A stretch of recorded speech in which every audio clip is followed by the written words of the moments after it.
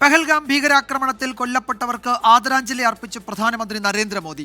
ബീഹാറിലെ മധുബനിയിലെ പൊതുപരിപാടിയിൽ മൗനമാചരിച്ചു. പഹൽഗാം ഭീകരാക്രമണത്തിന് ശേഷം ഇതാദ്യമായാണ് പ്രധാനമന്ത്രി പൊതുവേദിയിലെത്തുന്നത്. ആക്രമണത്തിന് പിന്നിലുള്ളവരെ വെറുതെ വിടില്ല എന്ന് പ്രധാനമന്ത്രി പറഞ്ഞു. Today, from the soil of Bihar, I say to the whole world, India will identify, track and punish every terrorist and their backers. We will pursue them to the ends of the earth. India's spirit will never be broken by terrorism. Terrorism will not go unpunished. Every effort will be made to ensure that justice is done. The entire nation is firm in this resolve. Everyone who believes in humanity is with us. I thank the people of various countries and their leaders who have stood with us in these times. साथियों, शांति और सुरक्षा ये तेज विकास की सबसे जरूरी शर्त है. विकसित भारत के लिए विकसित बिहार जरूरी है. बिहार में विकास हो. അതേസമയം ഭീകരാക്രമണത്തിൽ ഡൽഹിയിലെ പാക് എംബസിക്ക് മുന്നിൽ പ്രതിഷേധം തുടരുകയാണ്. നൂറുകണക്കിന് ആളുകളാണ് പ്രതിഷേധവുമായി എംബസിക്ക് മുന്നിലെത്തിയത്. പഹൽഗാമിൽ നിന്ന് ബൽറാം നെടുങ്ങാടിയും ഡൽഹിയിൽ നിന്ന് വിനീത വിജിയും ഒപ്പം ശ്രീനാഥ് ചന്ദ്രനും വിശദാംശങ്ങൾ നൽകും. വിനീത, പ്രധാനമന്ത്രി ബീഹാറിലെ മധുബനിയിൽ നടത്തിയ പ്രസംഗത്തിൽ ഭീകരതയ്ക്കെതിരെ കടുത്ത നിലപാട് രാജ്യം സ്വീകരിക്കും, ശത്രുക്കൾക്ക് സങ്കല്പിക്കാൻ കഴിയാത്ത തരത്തിലുള്ള തിരിച്ചടി ഉണ്ടാകുമെന്ന് അദ്ദേഹം പറഞ്ഞു. അദ്ദേഹത്തിൻ്റെ പ്രസംഗത്തിൻ്റെ തുടക്കത്തിൽ മൗനം ആചരിക്കുന്നു. പ്രസംഗം തുടങ്ങിയത് ഹിന്ദിയിലാണ്.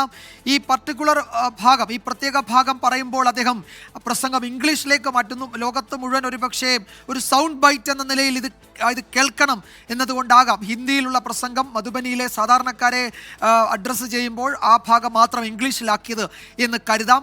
പ്രധാനമന്ത്രിയുടെ പ്രസംഗം യഥാർത്ഥത്തിൽ ഇന്നലത്തെ നയതന്ത്ര നീക്കത്തിന് പിന്നാലെ ഇന്ത്യ സ്വീകരിക്കാൻ പോകുന്ന കടുത്ത നടപടിയുടെ ഒരു മുന്നറിയിപ്പ് എന്ന നിലയിലല്ലേ നമ്മൾ കാണേണ്ടത്?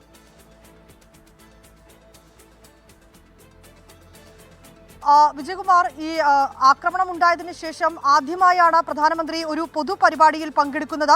അദ്ദേഹം നേരത്തെ ഈ ഭീകരാക്രമണത്തിനെതിരെ എക്സ്പോസ്റ്റിലൂടെയൊക്കെ പ്രതികരിച്ചിട്ടുണ്ടായിരുന്നുവെങ്കിലും ഒരു പൊതുപരിപാടിയിൽ പങ്കെടുത്തുകൊണ്ട് ഇന്ത്യയുടെ നയം അദ്ദേഹം ഇപ്പോൾ തുറന്നു പറയുകയാണ്. ശക്തമായിട്ടുള്ള തിരിച്ചടി ഉണ്ടാകുമെന്ന് തന്നെയാണ് അദ്ദേഹം ഒരു മുന്നറിയിപ്പ് നൽകുന്നത്. വിജയകുമാർ സൂചിപ്പിച്ചതുപോലെ അവിടെയുള്ള സാധാരണക്കാർക്ക്, ബീഹാറിലുള്ള സാധാരണക്കാർക്ക് മനസ്സിലാകത്തക്ക രീതിയിൽ അദ്ദേഹം ഹിന്ദിയിൽ സംസാരിക്കുന്നു. പിന്നീട് ഒരുപക്ഷെ ലോകരാജ്യങ്ങളിലേക്കടക്കം ആ സന്ദേശം എത്തിക്കുക എന്നത് കൂടി മുൻനിർത്തിക്കൊണ്ട് തന്നെ ആ ഒരു പ്രത്യേക ഭാഗം, അതായത് ഭീകരതയെ തുടച്ചു നീക്കുമെന്നും അതിനെതിരെ ശക്തമായിട്ടുള്ള തിരിച്ചടി നൽകുമെന്നും അദ്ദേഹം പറയുന്ന ആ ഭാഗം അദ്ദേഹം ഇംഗ്ലീഷിൽ അദ്ദേഹം അത് സംസാരിച്ചിരിക്കുകയാണ്. അദ്ദേഹം രാജ്യം മുഴുവൻ ഈ ഘട്ടത്തിൽ ഈ ജീവൻ നഷ്ടമായവർക്കൊപ്പമാണെന്ന് അദ്ദേഹം പറയുന്നുണ്ട്. ഈ മധുബനിയിലെ പൊതുപരിപാടിയിൽ അദ്ദേഹം മൗനം ആചരിച്ചിരുന്നു. അതിന് പിന്നാലെയാണ് അദ്ദേഹത്തിന്റെ പ്രതികരണം ഉണ്ടാവുന്നത്. ഭീകരാക്രമണത്തിന് ശേഷം നമ്മൾ സൂചിപ്പിച്ചതുപോലെ ഇതാദ്യമായ ഒരു പൊതുപരിപാടിയിൽ പങ്കെടുത്തുകൊണ്ടാണ് അദ്ദേഹം നയം വ്യക്തമാക്കുന്നത്. ഈ രാജ്യം മുഴുവൻ കുടുംബങ്ങൾക്കൊപ്പം, ഈ ജീവൻ നഷ്ടമായ ആളുകളുടെ കുടുംബങ്ങൾക്കൊപ്പമാണെന്നും അദ്ദേഹം പറയുന്നുണ്ട്. കൊല്ലപ്പെട്ടത് നിഷ്കളങ്കരായിട്ടുള്ള ആളുകളാണെന്നാണ് അദ്ദേഹം പറയുന്നത്. ഈ വിനോദത്തിനും മറ്റുമായി എത്തിയ സാധാരണക്കാരാണ് കൊല്ലപ്പെട്ടതെന്ന് അദ്ദേഹം പറയുന്നുണ്ട്. പാകിസ്ഥാന്റെ ഭീകരതയെ ചെറുക്കുമെന്നൊരു മുന്നറിയിപ്പ് കൂടി നൽകുകയാണ്.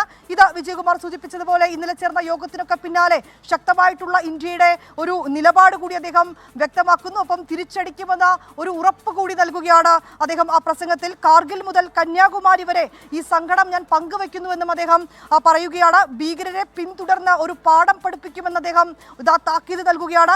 ഇന്ത്യയുടെ ആത്മാവിനെയാണ് ഭീകരവാദികൾ ആക്രമിച്ചതെന്ന് അദ്ദേഹം പറയുന്നു. ഈ വിചാരിക്കുന്നതിനേക്കാൾ വലിയ തിരിച്ചടിയായിരിക്കും ഇന്ത്യ ഇക്കാര്യത്തിൽ നൽകുന്നതെന്ന് പ്രധാനമന്ത്രി ഒരു മുന്നറിയിപ്പ് കൂടി നൽകുന്നുണ്ട്. ഭീകരരും അവർക്ക് പിന്നിലുള്ളവരും തിരിച്ചടി നേരിടുമെന്ന് പറയുന്നു. ഇന്നലെ സംസാരിച്ചപ്പോഴും രാജ്നാഥ് സിംഗ് ഇത് തന്നെയാണ് സൂചിപ്പിച്ചത്.